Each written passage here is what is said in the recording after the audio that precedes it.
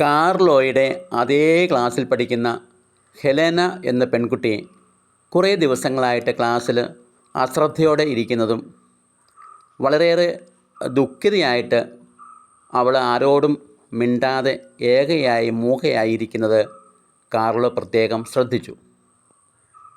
അവൻ ഇൻ്റർവെൽ സമയത്ത് ഹെലേനയുടെ അടുത്ത് ചെന്നിട്ട് അവളോട് ചോദിച്ചു, ഹെലേന, നിനക്ക് എന്ത് പറ്റി? കുറേ ദിവസങ്ങളായിട്ട് ഞാൻ നിന്നെ ശ്രദ്ധിക്കുന്നു, പഠനത്തിലൊന്നും നിനക്ക് യാതൊരു താല്പര്യമൊന്നും നീ കാണിക്കുന്നില്ലല്ലോ, നിനക്ക് എന്താണ് പറ്റിയത്? അവൾ പറഞ്ഞു, കാർലോ, ഞാൻ സ്നേഹിച്ചിരുന്ന എൻ്റെ ബോയ് ഫ്രണ്ട് ഹെൻറി, അവൻ മറ്റൊരു പെൺകുട്ടിയെ സ്നേഹിക്കാൻ തുടങ്ങി. അവൻ എന്നെ ഉപേക്ഷിച്ചു. എനിക്കിപ്പോൾ പഠനത്തിലും മറ്റൊന്നിലും താല്പര്യമില്ല. എന്ത് ചെയ്യണമെന്നറിയില്ല. എൻ്റെ ജീവിതമാകെ തകർന്നിരിക്കുകയാണ്. സുസ്മേരവദനായിട്ട് കാർലോ പറഞ്ഞു, ഹെലേന, നമ്മളിപ്പോൾ കുട്ടികളാണ്. ഇപ്പോൾ പഠിക്കേണ്ട പ്രായമാണ്. വിജ്ഞാനത്തിലും വിശുദ്ധിയിലുമൊക്കെ വളർന്ന് നമ്മൾ ഒരു ജീവിത പങ്കാളിയെ തിരഞ്ഞെടുക്കാൻ ഉള്ള പ്രായവും പക്വതയും ആകുമ്പോഴാണ് നമ്മളത് ചെയ്യേണ്ടത്. ഇപ്പോൾ നമ്മൾ പഠനത്തിലാണ് ശ്രദ്ധിക്കേണ്ടത്. എടുത്തടിച്ചതുപോലെ ഹെലന പറഞ്ഞു, കാർലോ, നിനക്കതൊക്കെ അറിയാം, നിനക്കിതൊക്കെ പറയാം. നീ ഈ ലോകത്തിലല്ലേ ജീവിക്കുന്നത്. നിൻ്റെ ഈ സിദ്ധാന്തം കൊണ്ടൊന്നും ഇന്നത്തെ തലമുറയിൽ ഇതൊന്നും നടപ്പുള്ള കാര്യമല്ല. നീ എന്തൊക്കെയാണ് ഈ പറഞ്ഞു വരുന്നത്? നീ എന്നെ വൈദികനാകാൻ പോവുകയാണോ? കാർലോ പറഞ്ഞു, ഓക്കെ, നമുക്ക് അടുത്ത ദിവസം ഇനി സംസാരിക്കാം. പിറ്റേ ദിവസവും ഇൻ്റർവെൽ സമയത്ത് അവൻ അവളുടെ അടുത്ത് ചെന്നു. കുശല പ്രശ്നങ്ങൾ ഒക്കെ ചോദിച്ചു. പക്ഷേ അവൾ അതീവ ദുഃഖിതയായിട്ട് തന്നെയാണ് അപ്പോഴും കാണപ്പെട്ടത്. ഉടനെ കുറേ കഴിഞ്ഞപ്പോൾ അവൾ കാർലോട് ചോദിച്ചു, കാർലോ, ഞാൻ നിന്നോടൊരു കാര്യം പറയട്ടെ. എനിക്ക് നിന്നെ ഇഷ്ടമാണ്. I love you. നമുക്ക് ഒരുമിച്ച് ജീവിച്ചാലോ? കാർലോ ഒന്നും മിണ്ടിയില്ല. അപ്പോൾ അവൾ വീണ്ടും പറഞ്ഞു, കാർലോ, അടുത്ത ഞായറാഴ്ച നിനക്ക് ഈ സ്കൈയിങ്ങും മല കയറുന്നതൊക്കെ ഇഷ്ടമാണല്ലോ. നമുക്ക് നമ്മുടെ അടുത്തുള്ള ആ മലയുടെ മുകളിൽ പോയാലോ? ഒരു ഡേറ്റിംഗ്. ഒരു ദിവസം ഞാൻ നിന്നോടൊപ്പം സ്പെൻഡ് ചെയ്യാൻ ആഗ്രഹിക്കുന്നു. നമുക്കവിടെ ഒരു രാത്രിയിൽ ഒരുമിച്ച് തങ്ങാം. അപ്പോൾ പരസ്പരം അറിയുവാനും മനസ്സിലാക്കുവാനും സാധിക്കുമല്ലോ. അപ്പോൾ കാർലോ പറഞ്ഞു, ഹെലന, നീ എന്താണ് ഈ പറയുന്നതെന്ന് നിനക്കറിയില്ല. എനിക്ക് ഈ ജീവിതത്തിൽ, എൻ്റെ ജീവിതത്തിൽ ഇതുവരെ രണ്ട് സ്ത്രീകളെക്കുറിച്ച് എനിക്ക് ചിന്തിക്കാൻ സാധിക്കുകയുള്ളൂ. ഒന്ന് എൻ്റെ സ്വന്തം അമ്മ, രണ്ട് ഈശോയുടെ അമ്മ.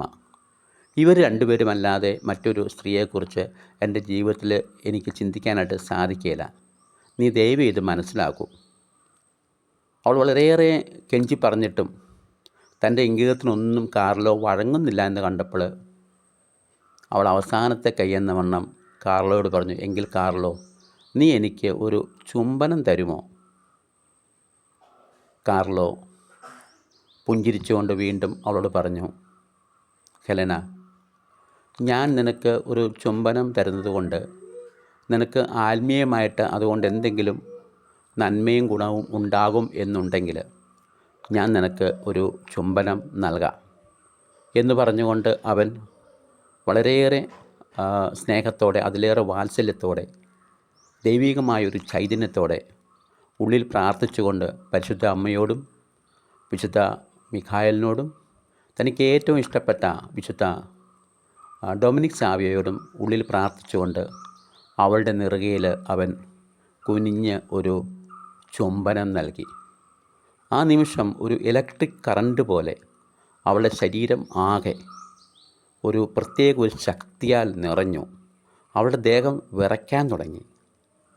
അവളുടെ മനസ്സിലെന്തോ ഒരു ഇടിവെട്ടേറ്റതുപോലെ അവളുടെ മനസ്സിലേക്ക് ദൈവസ്നേഹം നിറഞ്ഞു. അവളുടെ കണ്ണിലൂടെ കണ്ണുനീർ ധാരധാരയായി ഒഴുകി. അവൾ കുറേ നേരം അവിടെ നിന്ന് വിതുമ്പി. അതിനുശേഷം കാർലോയോട് പറഞ്ഞു, Carlo, I am very sorry. ഞാൻ വിചാരിച്ചിരുന്നത് നമ്മുടെ ഈ കൗമാരപ്രായം എന്നുള്ളത് കമ്പ്യൂട്ടറിലും അതുപോലെ തന്നെ മറ്റ് ഗെയിമുകളിലുമെല്ലാം അടിച്ചു പൊളിക്കേണ്ടുന്ന ഒരു കാലമാണ് എന്നാണ്.